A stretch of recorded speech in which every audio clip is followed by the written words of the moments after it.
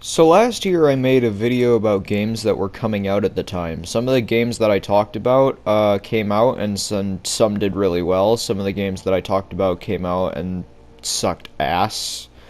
Some of the games that I talked about still aren't even out yet.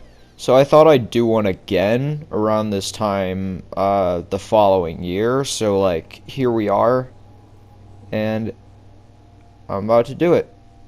So I'll do it then, and then the year after that, and what I'm getting at is I'm going to make this an annual thing. So, let's get into the list of games that are coming out. So we start off with The Elder Scrolls 6. So we start off with a game that was announced over a full-on year ago, and we still know jack shit about it other than the fact that it's happening. I'm choosing to open up with this because I can get through it really quickly. Because really a year later, not much about this game has happened. Skyrim is a masterpiece, we all know, but I feel like everyone suddenly lost a lot of hope when Fallout 76 came out. And the thing is, Skyrim came out in 2011, and now we're in 2019.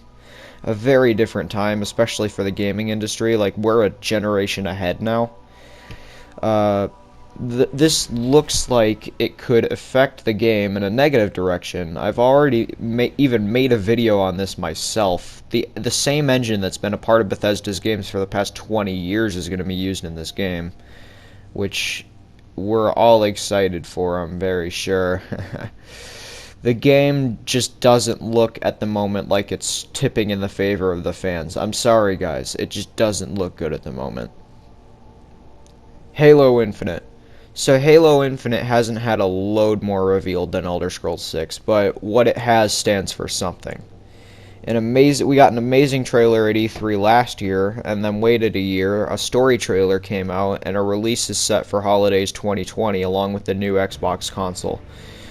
We haven't seen gameplay yet, but I'm fine with that as long as we get it relatively soon.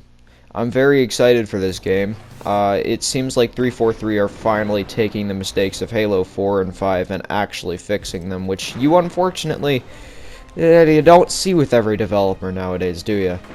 Infinite seems badass from what we have seen, even if it isn't much. But I'm excited nonetheless. Split screen is also coming back, which was revealed a few years ago, but oh my god, I'm so happy about it. Because with split screen coming back, Halo 5 without split screen was just a mess. So next we have Call of Duty Modern Warfare. Okay, so we all know that you have to be just about as down the middle as you can with an upcoming Call of Duty game. So I'm going to try and not say anything too out there about this. I'm just going to start off by saying the multiplayer trailer dropped very recently and it looked fucking awesome. I really didn't have any opinions at first, nor did I not know what any form of my expectations would be until I saw this multiplayer trailer. It looks insane. They have the old-fashioned kill streaks coming back, which, like they had them in COD 4 and World at War, which I'm fine with. It's a welcome change and a welcome return. Although some customization would be appreciated. Also, Infinity Ward, as nostalgic as it would be, please don't bring back the Modern Warfare 2 nuke. Please, don't do it. It won't fit. Otherwise, you have the Rainbow Six Siege and Battlefield influences in this game, which are very clear. Hey, fanboys, it's not bad to be influenced by something, nor is it ripping it off. Campaign-wise, there is a campaign for the game. Thankfully, it's taking a darker and more mature tone and look at things. And one of the guys at Infinity Ward said that some of the stuff in the game will apparently, and I quote, make No Russian look like a Pixar film. So that'd be interesting to see, considering No Russian caused enough controversy for Infinity Ward to update the game and make an option for you to skip the mission if you want. But yeah, I'm excited. Star Wars Jedi Fallen Order. This one is a big one for me, seeing as I've been a huge Star Wars fan literally from the moment I popped from the womb. It sucks when I say that the last game based on Star Wars that I genuinely enjoyed came out 8 fucking years ago, and it was a Lego game. But and the last non-Lego Star Wars game that I enjoyed came out 11 years ago. The Force Unleashed 2 was way too short for my pure enjoyment. The Battlefront reboot lacked so much content and gets boring so quickly. Battlefront 2 came out 2 years later, and despite all the odds stacked against it happening, it somehow managed to be worse. Fast forward another 2 years, and this single-player Star Wars game is coming out in November, and it's being developed by Respawn, the people responsible for Titanfall and Apex. As many of you know, Titanfall 2 is one of my favorite games ever made. I think it might just be the most underrated game I've ever played. Add to that the fact that Respawn's bulk is made up of ex-employees from Infinity Ward, and you have people capable of making some of the best games on the market. So they're perfectly capable of making an amazing Star Wars game. But then, EA. Do I have to say anything else? Gameplay was shown at E3, and it reminds me a lot of gameplay from The Force Unleashed. I'm still upset that The Force Unleashed 3 never ended up happening. But, I guess this can forgive it. And I'll never in a million years forgive EA for canceling Titanfall 3. I wouldn't forgive them if they were the last motherfuckers on Earth. This does look promising, however. I'm gonna give it a try and maybe even review it. Marvel's Avengers. I didn't even know about this up until E3. But apparently an Avengers game has been in the works for a while now. I don't know how I feel about it. On one hand, it could be like last year's Spider-Man game developed by Insomniac and knock it out of the park by being amazing. Or it could be like an Ultimate Alliance type game, which we did just see that Ultimate Alliance 3 is finally here as an exclusive to the Switch for some reason. Apparently Nolan North and Troy Baker, the two best voice actors in the world for the past several years, are voicing some of the characters, which will be awesome. We don't know how much. It's being developed by Square Enix, a company who has seriously lost their step in the past couple of years, almost as much as Rareware, so that doesn't look very good. It's pretty clear this game will do well because of the Avengers name alone. Endgame is now the highest grossing film of all time, finally topping Avatar. It was officially revealed at E3, and it releases sometime next year. I don't quite know how to feel about it.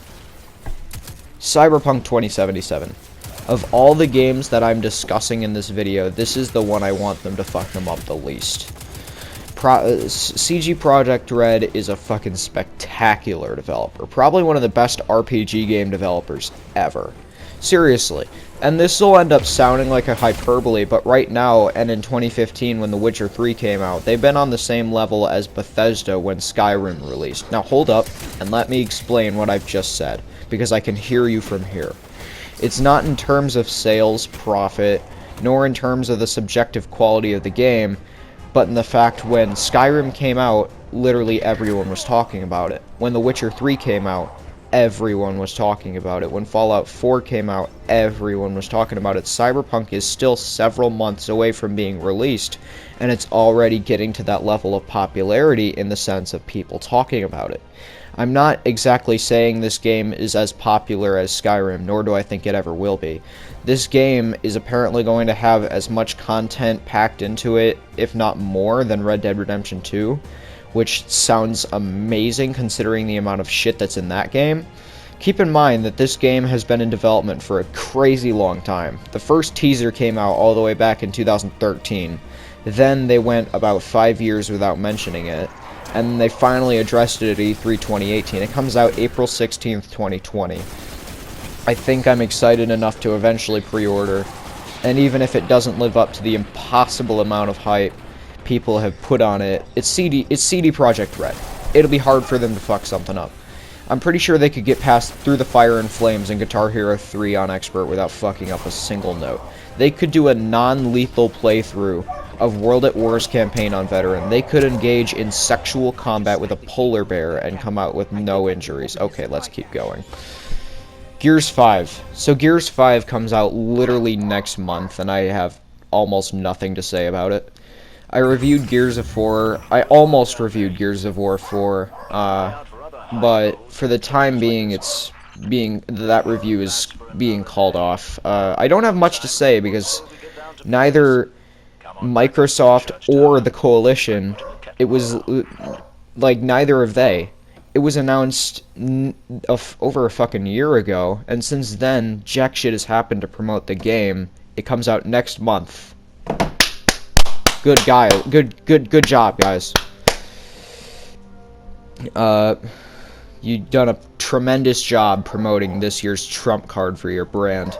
Overall, the game looks okay, doesn't interest me too much. I wasn't a big fan of Gears 4, so that really doesn't help in selling me. I heard the tech demo beta thing went fine. I heard people say it was great, and then I heard people saying it was a shit sandwich, so I don't know really where to stand. Okay, so, yeah. Legend of Zelda Breath of the Wild 2, or Breath of the Wild sequel. So Breath of the Wild is apparently getting a sequel. We don't know, we know nothing about Elder Scrolls 6, and I'm worried about it. We know nothing about this, and I'm pumped as fuck. So what's the difference? Nintendo is at the top of their game again, versus Bethesda in their current state, as well as the fact that Elder Scrolls 6 was announced a year ago, and we have nothing on it. And this was just announced a few months ago, so I'm fine.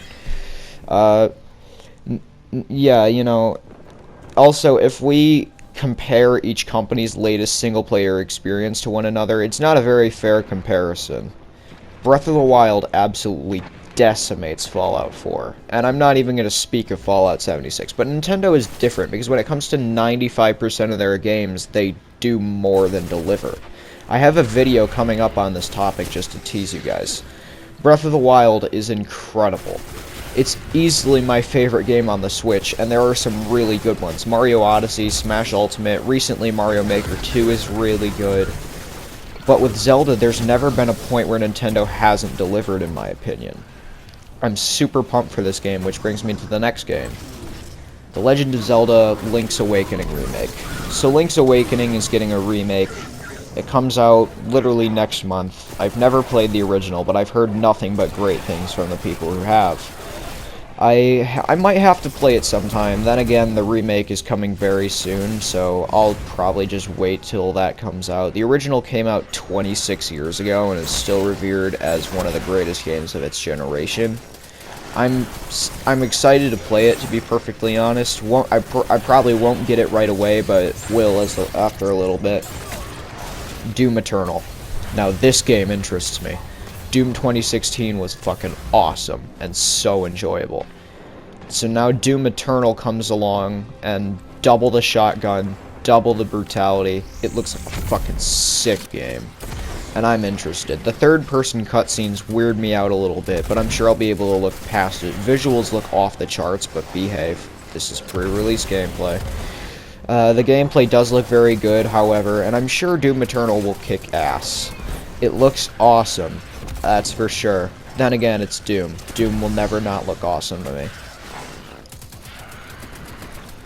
Luigi's Mansion 3. So, Luigi's Mansion 3 looks pretty cool. I've never played the original one on the GameCube, but I played Dark Moon on the 3DS, which was, looking back, it was okay.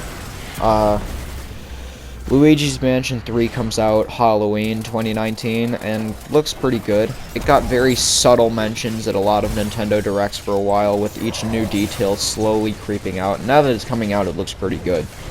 It's another game that I'll probably get eventually, but not right away. Borderlands 3.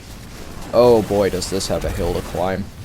So, there hasn't been an actual Borderlands game release in over half a decade at this point. Borderlands, the pre-sequel, was the last one in what I believe was 2013. And it was okay.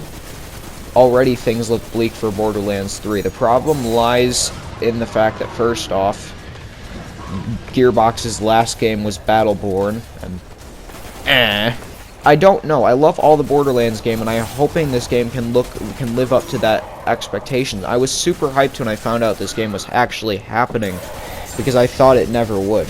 Nonetheless, I'm super happy that this game is happening, despite the fact there is room for a lot of skepticism. I heard that, like, Epic wants their hands on it, so, like, I did a review on Borderlands 2 a few months ago as well, if you want to check that out, where I've been. So, as a few of you may know, I took 2 weeks off Reason? Well, first off, you all know my upload schedule is really inconsistent. It's something I've been trying to get better at for a while. Also, I'm pretty busy. I'm streaming on Mixer a lot more, a lot of the time with feedbacking, so I'll leave the link to that in the description. Also, I recently started high school, so I've been dealing with that and settling into high school, among other things. Just letting you guys know I'm alive and I'm not done. More videos are on the way. I have a few different ones being worked on at the moment, and yeah, I'll see you guys soon.